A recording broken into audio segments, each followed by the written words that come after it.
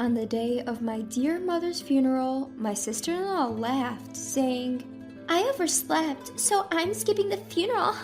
My sister-in-law had made my frail mother shell out nearly $200,000 for a new house, and then this?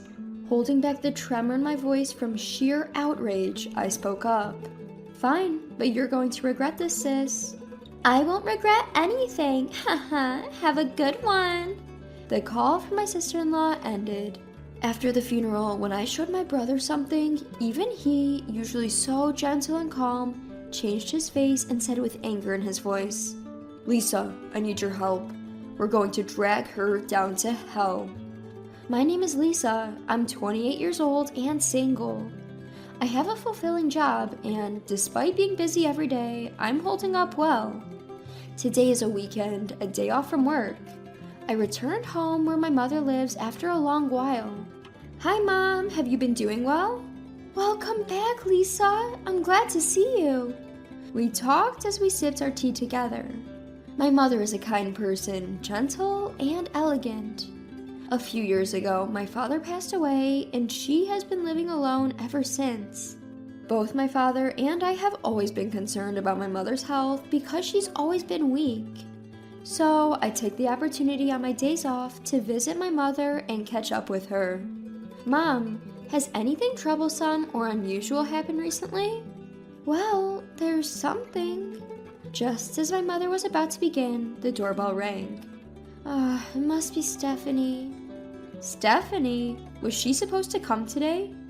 "No, not exactly, but she drops by like this from time to time. I'll get the door." My mother-in-law hurried off towards the door. Stephanie is my older brother's wife. They recently got married. She is my sister-in-law. I often wonder how my brother, who is rather quiet and easygoing, ended up marrying someone as talkative and pretty as her. Even though I find her unannounced visits a bit intrusive, I appreciate her for caring about our mother. "Hello, everyone! Oh, Lisa, long time no see." "Hello, it's been a while." "Lisa, you're still living for work, aren't you? You work in accounting, right?" "Personally, I could never do it. I'm totally swamped with housework. It'd be nice if you could get married soon, too." "Haha, yeah, maybe." My sister-in-law is meek in front of my mother, but from time to time, she makes such passive-aggressive comments to me. I don't know if she means any harm, but it certainly makes me uneasy. It seems like my sister-in-law is here too, so I'll be going now. When I said goodbye to my mother, she replied, "All right, Lisa, let's catch up more next time," and saw me out. I wonder if Mom's getting along well with that sister-in-law. She's not the type to talk bad about others, so I worry she might be bottling something up. I was worried but headed out back home. A few months later, I heard from my mom that my brother was building a fancy new house. Huh? My brother has a decent income, but he's not exactly rich, right? And my sister-in-law is a full-time homemaker. How were they able to build such a house? "Well, I actually helped them out a bit with some money from your father's inheritance." "How much do you mean by a bit?" "About $20,000, I suppose." $20K? Mom, are you out of your mind?" I let out a loud voice of surprise. My brother and I were raised by our late father to be independent once we reached adulthood, so I couldn't comprehend why my mom would give away such a large sum of money. "Well, Stephanie, your sister-in-law came over almost every week begging for help, so I just... And besides, Andrew and Stephanie promised to take care of me since we'll be living together. I couldn't turn them down." "Well, if you're okay with it, Mom. But are you sure you're not overdoing it?" "No, not at all.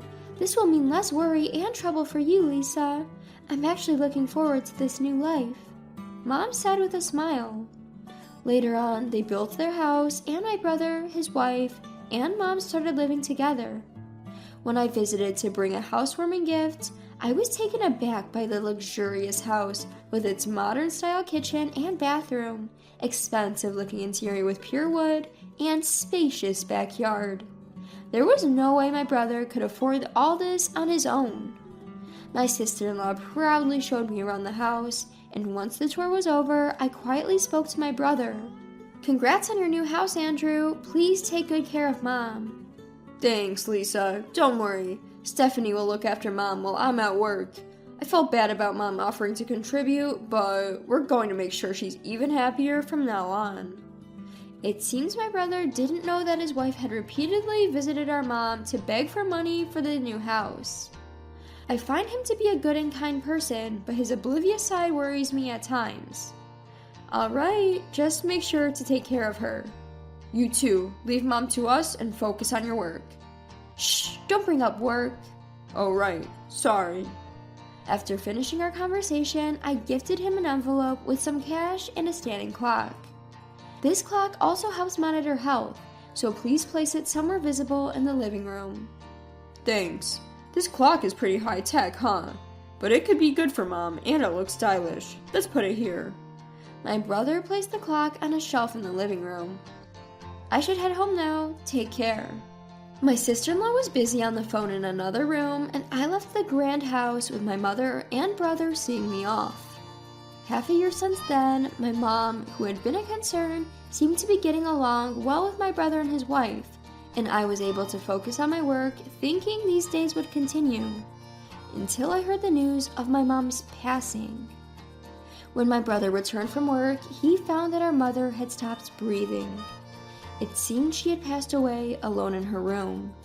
The doctors at the hospital explained that her pre-existing heart condition, exacerbated by overwork, was the likely cause of death. Mom, why all of a sudden? Mom, I wish I had come home earlier. I'm sorry. My brother and I clung to our now lifeless mother, tears streaming down our faces. My sister-in-law Stephanie wasn't present at the scene.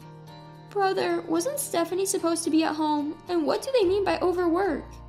Stephanie wasn't home then. As for overwork, I don't know either. Stephanie handled all the household chores, so it doesn't make any sense. My brother seemed confused as well. Despite feeling uneasy, I spoke up. Well, first we need to arrange our mother's wake and funeral. You will probably be the chief mourner, Andrew. You're right, Lisa. Can you help me? So, my brother and I began frantically preparing for the memorial service. It was crazy. The number of preparations we had for my mother's funeral, finding a venue, deciding on the plan, contacting people, and so on. Somehow we managed to finish the wake, and the next day was the day of the funeral. While my brother and I busily attended to our visitors, my sister-in-law was idly sitting around doing nothing. Stephanie didn't help, nor did she shed a tear. Despite my growing frustration with her, the bustle of the movement prevented me from confronting her. Andrew, tomorrow is the funeral, and as the chief mourner, you're going to be really busy. Why don't you and Stephanie go home for a while? I'll stay here. Yeah, I appreciate that, Lisa. Thank you. My brother and Stephanie left together. After they left, I took out my work laptop in the now empty room and began to work. Throughout the night, I barely slept. The next morning, the day of the funeral was scheduled to start at 10 a.m., but I met up with my brother at 6 a.m. to prepare. We were overwhelmed with preparations, checking the eulogy my brother had written as the chief mourner, meeting with the funeral director, and so on. My brother had said that Stephanie would come later when it was time for the funeral. And then, around 9:30 a.m., I received a call from Stephanie. Hello? Lisa, I'm calling because Andrew wouldn't pick up his phone. Okay, and... I just woke up. Overslept. I won't be able to make it to the funeral. Struggling to keep my voice steady with outrage, I managed to respond.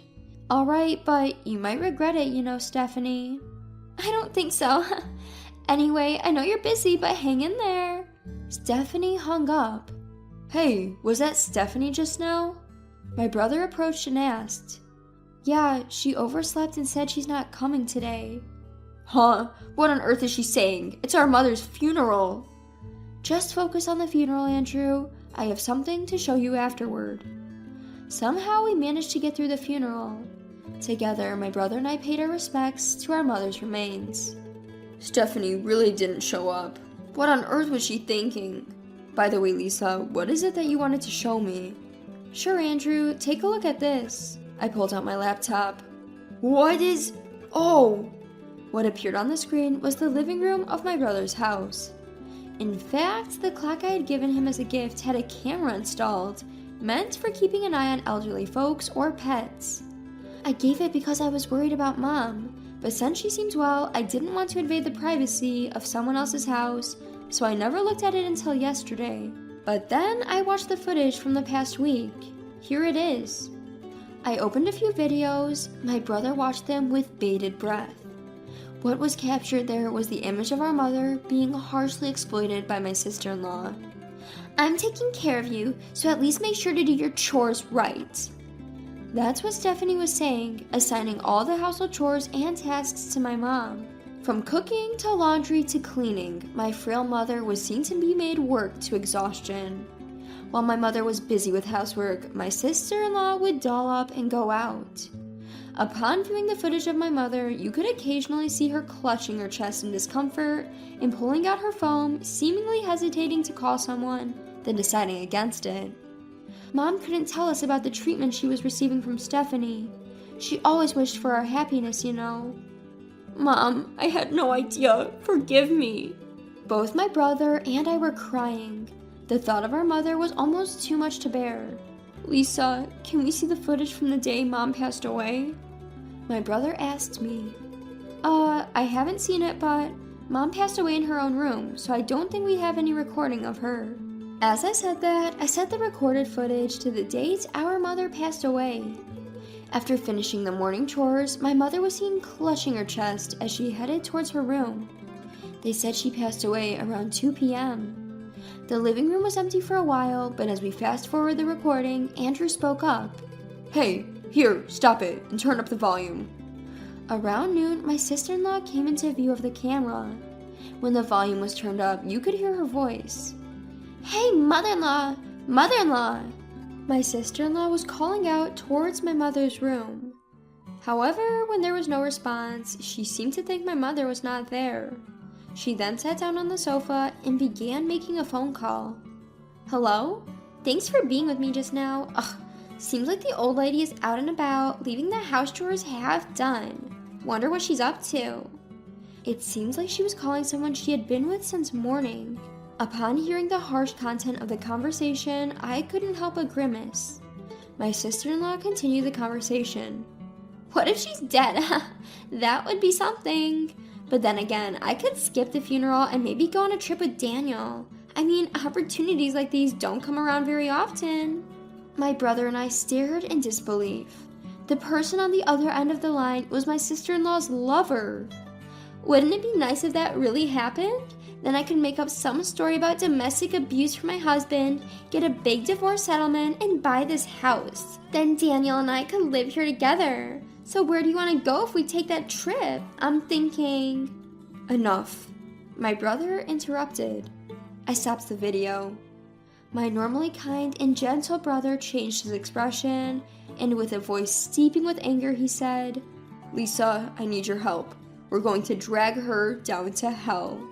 I nodded at my brother's words and made a phone call. The next day, my brother called while I was at home. "Lisa, she's back. Can you come over?" "Okay, I'm on my way." I immediately headed to my brother's house.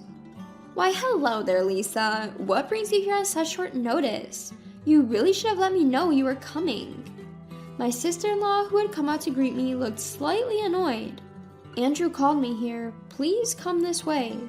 Inside the house, scented with incense, my brother, sister-in-law, and I sat at the dining table.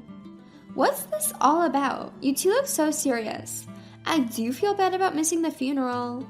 In her usual tone, I addressed my sister-in-law. "Stephanie, ever since you moved in, you've been treating our mother like a servant, haven't you? Even though she was sick, you even made her pay $20,000 for the new house." "Huh? What are you talking about? I did all the housework. Are you trying to pick a fight?" "Everything has been recorded. Just so you know, I'm actually not an accountant. I'm a private investigator." That's right. I had told my mother and sister-in-law that I was working as an accountant, but in reality, I was working as a private investigator. My brother was the only one who knew. I pointed to the surveillance camera embedded in the living room clock and showed her my phone. The video of my mother doing housework under my sister-in-law's command was on the screen. What? This is a violation of my privacy. What were you thinking? Delete it now. My sister-in-law raised her voice. I installed it. As the owner of this house, I have the right to do so. It's not a violation of privacy. My brother said calmly. What's wrong with you two? And what do you mean by private investigator? Oh. My sister-in-law froze as if she realized something. My brother silently got on his phone. Then the audio of my sister-in-law's phone call at that time began to play. I might just skip the funeral and go on a trip with Daniel, and maybe make up a story about domestic abuse from my husband for a big divorce settlement. As the recording played, my sister-in-law's face went pale. No, this isn't what it seems. Please hear me out. What's the difference? Tell me. When my brother said that, my sister-in-law began to make awkward excuses. He's a friend. We were just joking around. I didn't cheat. There's no evidence, right? But there is. I spread out several pictures on the table. Images of her coming out from a nearby resort with a man, being intimate in their car, and even entering a hotel on their way back. A clear evidence of cheating. What's this? How did you get these? You told him over the phone, didn't you? About where you wanted to go on your trip and how you wanted to spend the night together with him. I had someone in our company take these photos immediately. How could you do such a thing during our mother's funeral? As I spoke calmly, my sister-in-law began to lose her temper. Oh, enough! What's wrong with you all? My brother said, There's no way we can stay married after this. Stephanie, we're getting a divorce. Fine, go ahead, but I'm going to take plenty of alimony, and you're going to have to move out of this house. Excuse me? My brother and I exchanged a glance. What on earth are you talking about? I mean, when people get divorced, the wife receives alimony, right? Now hurry up and give me my money. That's not true. This time, since you cheated, you're the guilty party, and you're the one who will have to pay compensation to my brother. What? Obviously, you're a bigger fool than I thought. Pitiful. Just like Lisa said, I'm going to demand alimony from you, and from your lover too. What? Besides, it's for me to tell you to leave. Don't ever come back.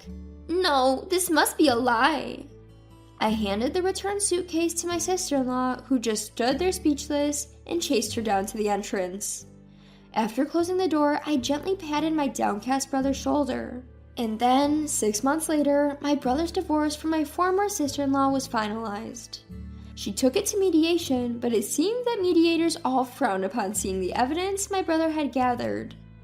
It also turned out that she had been squandering the money from their joint bank account, so I heard from my brother that he was able to divorce her with almost no division of assets. After that, just as he had declared, my brother claimed alimony from his ex-wife and her lover. The lover, who intended on moving in with Stephanie with a large sum of alimony from Andrew, was infuriated by the alimony claim and immediately dumped my ex-sister-in-law. Having nowhere to live and dumped by her lover, my former sister-in-law is now said to be living alone in an old apartment, working part-time. My brother was depressed for a while. He sold the house and, saying he had had enough of marriage, he now lives alone. Seeing my brother looking so lonely, I'm thinking of introducing him to a kind woman I recently met through work. She is also a divorcee, so they might be able to relate to each other easily. With those thoughts in mind, I head out and work hard again today. Did my child get born while I was on my trip? My son-in-law called with an easygoing tone, oblivious to the funeral that was about to happen. Yes, the child was safely born, I responded, being unexpectedly on the receiving end of my daughter's cell phone call. I heard him click his tongue in disappointment. Damn it. Please switch me to my wife. I'd like to talk to her directly. Your wife has passed away. What? Come to the funeral immediately. Don't joke around. That's too harsh, man. My son-in-law laughed off my words in disbelief. All of this is your fault. You must pay for it, I muttered under my breath and hung up the phone. My name is Mary, 58 years old. Just a few days ago, I had a daughter who was turning 30. Now she lies peacefully in a white coffin. I touch her cold cheek and whisper to her, Karen. But there's no response. As I look at her doll-like face, recent events replay in my mind. If only I had rushed to Karen sooner that time. Just thinking about it fills me with an unbearable regret, and tears overflow endlessly. 1 week ago, my daughter, who lives far away, called me with a worried voice. "Mom, what do I do? I'm starting to feel contractions and I'm so scared." "It's your first time giving birth. It's only natural you'd be scared." "I called the hospital and they told me to come in when the contractions are 10 minutes apart, but I'm alone and feeling vulnerable." "Isn't your husband at work? And your mother-in-law living with you?" However, despite knowing the due date, my son-in-law and his mother had booked a trip abroad. "You'll be fine with the midwife when you give birth." The two of them left my daughter alone as she started to have contractions. I was taken aback by their callousness. I advised my daughter to take a cab to the hospital if the pain got too severe, and immediately hopped in my car. It's strange that my usually lively daughter to sound so down. My house is about a 3-hour drive from where my daughter lives, but of course I got stuck in traffic and it ended up taking me 5 hours to get there. When I finally arrived at my daughter's house, it was already dark and the surroundings were pitch black. Yet there were no lights on in the house. Did she go to the hospital? Or surely not. Shaking off an ominous feeling, I opened the front door only to find my daughter collapsed there. In a panic, I cradled her in my arms, her clothes soaking wet, seemingly due to her water breaking, and the floor was drenched as well. Moreover, her face looked so haggard it was hard to believe she was in her last month of pregnancy. I called an ambulance as I tried to suppress my trembling hands. Once we arrived at the hospital and she regained consciousness, it was determined she couldn't give birth naturally, and she was taken to the operating room. "Please, let both my daughter and her baby be okay," I prayed fervently outside the operating room. After a while, I heard a baby's cry, and the doctor emerged from behind the door, informing me, "It's a healthy baby girl." Just as I breathed a sigh of relief, the doctor, with a stern face, uttered unthinkable words. "Your daughter lost a lot of blood, and her strength has been severely depleted. We need to monitor her closely for a while. Please be prepared for the worst." "What? No, that can't—" My daughter, who had just been wheeled out of the operating room and into her hospital room, was utterly exhausted. My daughter was in such a state, with countless needles in her arms and an oxygen mask on her face. The joy of my granddaughter's birth was overshadowed by concern for my daughter, Karen. Perhaps to cheer us up, the nurse allowed Karen to hold her newborn daughter. Upon doing so, Karen opened her eyes slightly and smiled, and shed tears of joy, saying, "I'm glad you were born safely." 2 days later, I was able to have a conversation with my daughter, who had regained a bit of strength. "Sorry for causing you trouble, Mom. As long as you and the baby are safe, that's all that matters. I asked my husband if I could give birth at my parents' house, but he rejected the idea. I thought he'd at least cancel his trip. He's awful for leaving you in labor like that." "Yeah, I might not be able to protect the baby if things stay like this." My daughter, seeming determined, asked me for a favor. That same day, I completed what she asked, and when I reported back, Karen, looking relieved, closed her eyes and fell back asleep. "I wish she would recover. She's so pale." I prayed desperately over and over, but my hopes did not reach the heavens, and Karen's condition worsened day by day. During this time, I called her husband countless times, but all my calls went unanswered. 3 days later, despite our efforts, my daughter departed this world, leaving behind her newborn child. Karen's last words were heartbreaking. "I'm sorry for being such a failure of a daughter.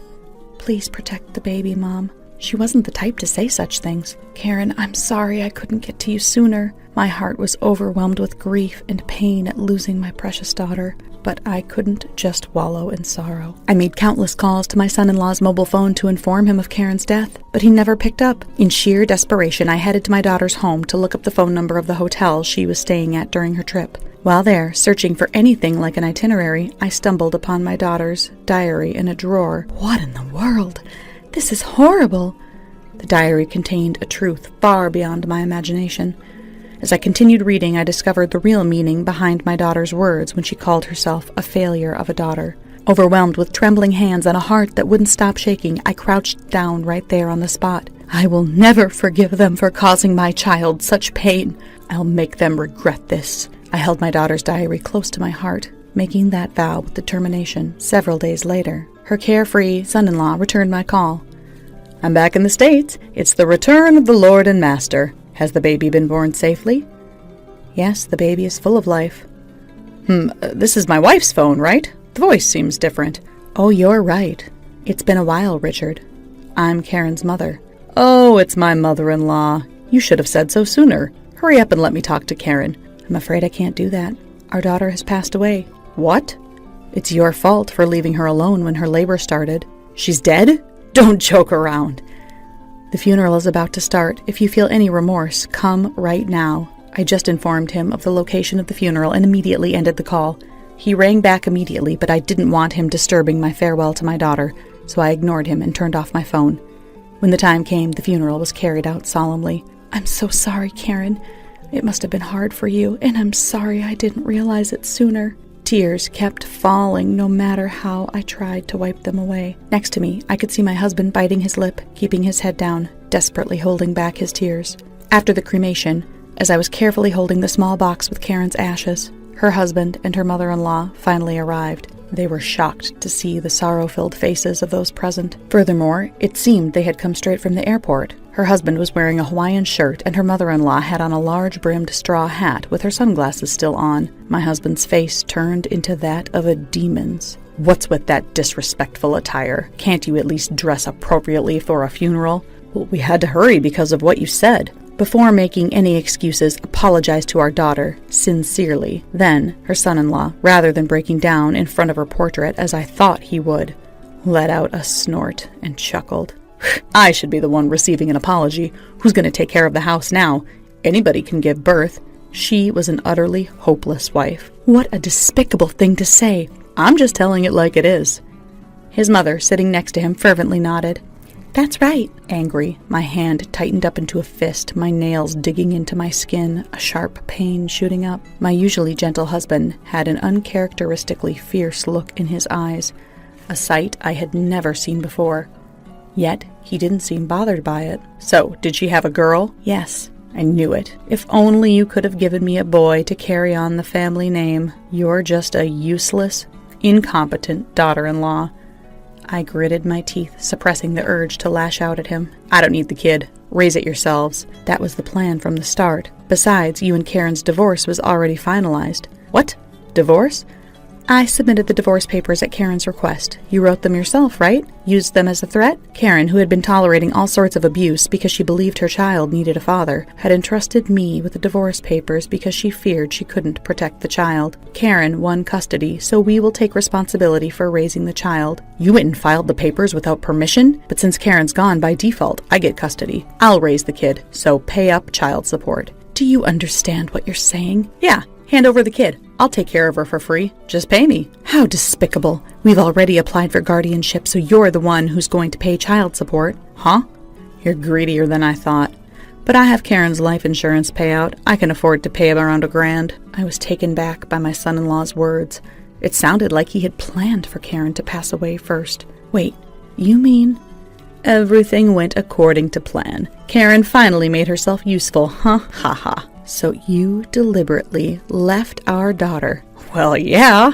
I was so shocked I nearly collapsed, but my husband caught me in the nick of time. Even he was shaking his shoulders in disbelief, whispering, I can't believe it. The relatives around us started to whisper and exchange glances. When I told my mother-in-law the baby was a girl, she yelled at me, You can't even give me a grandson. You're such a useless daughter-in-law. My husband told me, You're a total failure. A hopeless woman. Disgusting. I was really sad. But I thought they'd love the baby once she was born, so I have to endure it for now. I took my daughter's diary out from my bag and began to read. In the scorching midsummer sun, my mother-in-law made me go shopping. When I got back, she immediately made me pull weeds from the garden. She kept ordering me around, even making me redo dinner if she didn't like it. I don't know what to do. All the reasons for my daughter's exhaustion during her last month of pregnancy were written in the diary. How dare you take that without permission? You're nothing but a thief. And you made sure we couldn't contact her. Our daughter wanted to come home for the birth, but you made her give up and left her alone. She must have felt so helpless. I don't care about any of that. They seemed to show no sign of remorse, appearing completely oblivious to the depth of their sins. That's when a thunderous roar from my husband echoed across the room. Enough is enough. Our anger, as well as that of our relatives, was insatiable. We made them prostrate themselves right there on the spot. My son-in-law, finally realizing his situation, changed his attitude, as though flipping the palm of his hand. Okay, I get it. Just give me a break already. Oh, this isn't over. The president of the company you work for knows what you did to our daughter. You're likely to be fired. What? Why? The president and I are old classmates. It's a small world. And not just that, the neighbors know too. When I went to my daughter's house, a concerned neighbor had approached me. I told him about Karen's death and explained everything that had happened. Feel the weight of your sins and live the rest of your life in regret. There's no need to go that far. As they slumped in defeat, I relayed another important piece of information. Also, I am the beneficiary of my daughter's life insurance. What? Why is that? My son-in-law and his mother exchanged a look of utter shock. I found a piece of paper in my daughter's diary. It was a life insurance document. My daughter had changed the beneficiary to me without telling anyone. I bet it's a real bummer seeing all of your plans fall apart. Seriously, I was counting on that money. Also, I've already filed a report with the police for abandoning your responsibility to protect. It'll be quite troublesome since you've added the crime of leaving our daughter for the purpose of receiving the life insurance money. The police? Please, spare me! Forgive me! Pale and trembling, my son-in-law and his mother were prostrating themselves on the floor, but I had absolutely no intention of forgiving them. I will never forgive you. Experience the depths of that. Soon, a police car that one of our relatives had called had arrived. As they were being taken away, the two cried pitifully. Everyone present watched them with cold eyes. Afterward, I hired a lawyer to claim child support from my son-in-law and his mother. I am praying they will be severely punished for driving our daughter to death. Regardless of the crimes they're charged with, they'll never be able to live a peaceful life as they once did. The unemployed son-in-law and his mother, who will forever be pointed at by the neighbors. The baby my daughter gave birth to is now being raised by us. The life insurance money that was paid out will all be used for the baby's life. The sadness of losing my daughter will never disappear, but there are many moments when I feel saved just by seeing this child smile. From now on, I will shower this child with the love that my daughter was